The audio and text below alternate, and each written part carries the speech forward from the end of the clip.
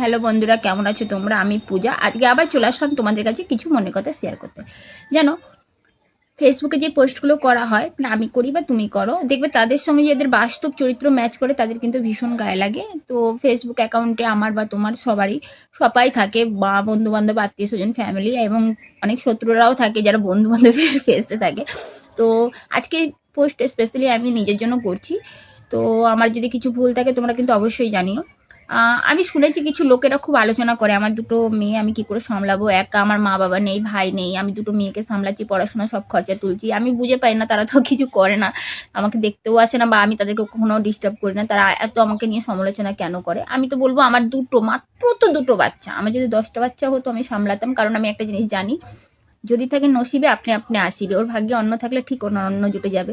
তো কেউ কারোর ভাগ্যেরটা কাটতে পারে না। তো আমার বাচ্চা নিয়ে সমালোচনা করে কোনো লাভ নেই। আমি বুঝে পাই না তোমাদের এত চিন্তা কেন, এত টেনশন কেন।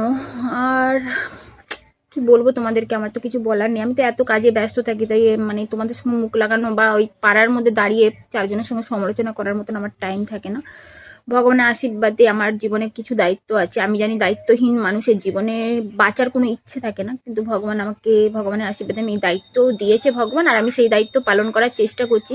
আর আমি ওই মায়ের সন্তান, যেই মা আমাদেরকে মানুষ করার জন্য নিজের সুকাল্লা ত্যাগ করে দিয়েছে। তা আমার সন্তানকে মানুষ করার জন্য ভবিষ্যতে যদি আমাকে নিজেকেও শেষ করতে হয় আমি তাও করব, কিন্তু আমার সন্তানকে আমি ফেলে দেবো না। সন্তান ফেলে পালিয়ে যাওয়ার মা আমি না।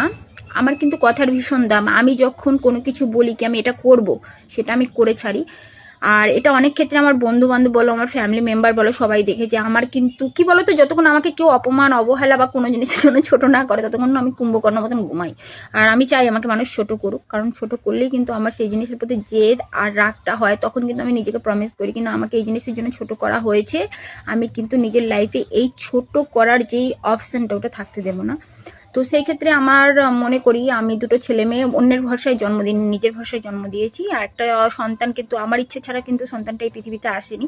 যখন আমার ইচ্ছেতে এসছে, আমি ভগবানের আশীর্বাদ মাথায় নিয়ে ওর সম্পূর্ণ রেসপন্সিবিলিটি একাই কমপ্লিট করার চেষ্টা করব। হ্যাঁ, আমার মা বাবা নেই, ভাই নেই, তাদের কি হয়েছে? আরে যার হাত নেই পা নেই তারাও তো করে খাচ্ছে। তো ভগবান আশীর্বাদে আমার হাত পা আছে, তো আমি কি করে খেতে পারবো না?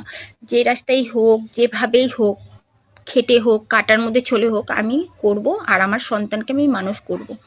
এবার বাকি ওপরওয়ালার ইচ্ছা। ভালো থাকো, সুস্থ থাকো, তোমাদের সঙ্গে আবার কথা হবে। এরকম লোককে নিয়ে সমালোচনা করো না।